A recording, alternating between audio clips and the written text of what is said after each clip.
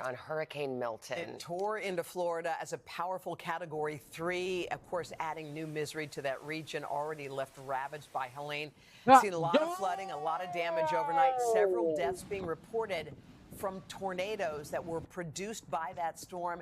Right now, more than 3 million people have no power. That shit, it looks like a tornado, though. I ain't gonna lie. We've got a team of correspondents spread out across the Now I state. see Al why is here Lacey too. He's said, "Oh tracking yeah, the very that latest. shit." Let's get I'm started with saying NBC's that's the reason Tom why he thought Yannis. He's that in it was a hard-hit tornado at first. Sarasota. He's been covering the I ain't gonna storm front. He all thought night it was long. he actually thought it was a tornado. Hey guys, good morning to you. It was a very dangerous and wild night yesterday here in Sarasota. Hurricane Milton making landfall just north of us in Cedar Key. But once that eye passed over us, we felt the backside of that hurricane. Hurricane force winds north of 100 miles per hour. At one point, we couldn't even get a reading of how strong the winds were here because the gauges we were watching had broken. This is just some of the damage we're seeing this morning. And I'll be completely honest with you. We've just ventured out for the first time tonight. This entire area was flooded yesterday. I'd say it was, from what we saw, 5 to a 6 foot storm surge. But again, we're going to wait for the official records later this morning. It's unclear because it's still dark everywhere in Sarasota of what happened last night and the extent of the damage. But as you guys mentioned at the top of the broadcast, it felt last night like there was nowhere to hide in Florida, whether it be from hurricanes this or is like fucking tornadoes. crazy. There was a lot of danger last night, a lot of violence when it came to the weather. People were scrambling, and unfortunately, in some cases, several died. Yeah, Tom, you, in fact, were one of those people scrambling last night. You've covered many hurricanes. You were standing out in the elements. And there was a moment that was pretty dramatic where you guys just had to kind of take off and take cover. Let's take a quick look at it. Welcome back to our live coverage of Hurricane Milton. The situation here in Sarasota is starting to turn dire. At first, we had, okay, we're going to go. We got to go. Tom, you've covered hurricanes again. Moments like that can get frightening. Projectiles flying, all kinds of things. Tell us what was going on. Yo, that's not crazy though. Yeah, it was pretty wild. We had just started reporting on the eye, and within the eye, it's very calm. I mean, it felt like any Saturday night in Sarasota in the summer. I mean, there was no rain, there was no wind, and then our meteorologist Bill Cairns told me, look, be careful because it's going to quickly change in the backside of that hurricane. Once it whips around, it's going to be the strongest part of the hurricane. And Hoda and Savannah, I got to tell you, we were out there. 1 minute it was calm. The next minute, the wind just suddenly picked up. And as we came out of a break, we started to report, started to anchor that portion of the show. A transformer behind us exploded. I didn't see it. I saw the flash, but the crew in front of us, I sort of saw their reaction, and it was time to go in. Everybody was okay. Everybody was fine. We broadcast the entire night from inside of a concrete structure. It was a 5-floor garage where we were able to stay up for 4 hours, anchoring throughout the storm.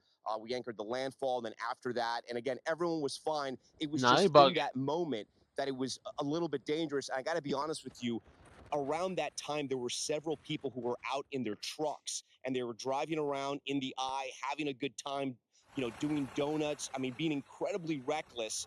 And then at that moment, some of them were still on the road. So I hope they were able to find, get to higher ground, or at least get to a place where they were safe, because the eye, from the moment the eye hit to the backside of that hurricane was, like I said, within minutes, it got incredibly dangerous. I know, it's so eerie that in the eye of a storm, it is totally quiet. Like Tom was saying, like a normal Wednesday afternoon, and then all of a sudden the backside comes and hits.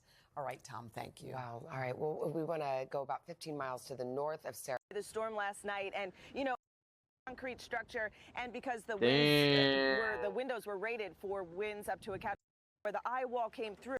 But in Tampa, that's the second most on record. Milton has their third landfalling hurricane in Florida this year, tied for most. God damn. 5 U.S. landfalls this damn, second most on watts. 10th major hurricane to make. It is damn. 10th major hurricane to make landfall.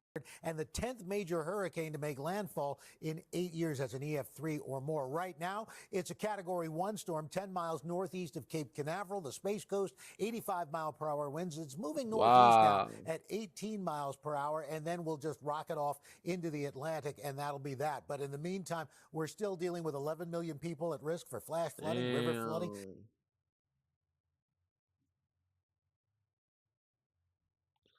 Jacksonville, Spring Hill, Tampa.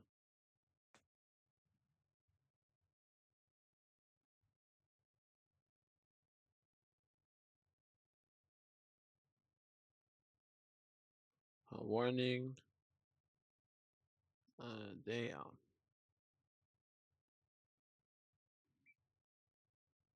So D. Cause it's right next to the water, bro. That's the thing. That's the thing with them. That's why they get so much hurricane relief right next to the water. Literally, that's the thing with them. Miami's down there too, for a fact.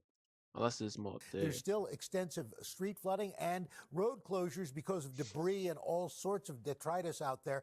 Flooding rainfalls still hanging around from Melbourne up to the Palm Coast. Additional 1 to 3 inches of rain in the next hour or two. Considerable flash flooding still hanging around, so we're going to be watching that. And again, rainfall generally from 3 to 7 inches. But in St. Petersburg in the last 24 hours, almost 18.5 inches of rain at one point between 8 p.m. and 9 p.m. 5 inches of rain. That's a 1 in 1,000 rainfall event, 1 in 1,000 year rainfall event. Right now, wind gusts 72 Orlando, Jacksonville 25. Yo, Tampa barely got any wind. And they mad close to the fucking water. I mean, these niggas too. Like, what the fuck? Jacksonville 25. Perry the least. Melbourne 79, and then we still have storm surges to deal with along the east coast of Florida. West coast, those storm surges will be coming down. Guys? All right, Al, we'll check back. I just mentioned a couple minutes ago this scene in Tampa. It's at the north of where the storm made landfall, but this is it, Tropicana Field. Now, I mean, this is the baseball field, and I think it was to be used as a shelter in worst case scenario. I don't think it was being used last night, thankfully, but look what happened there. Yeah, they had all the cots out and ready to go, and the top just sheared right off of that place. It just shows the power of that wind. Dylan, by the way, was just reporting from Bradenton. We happen to have the city's police chief, Melanie Bevins, with us now. Chief Bevins, so good to have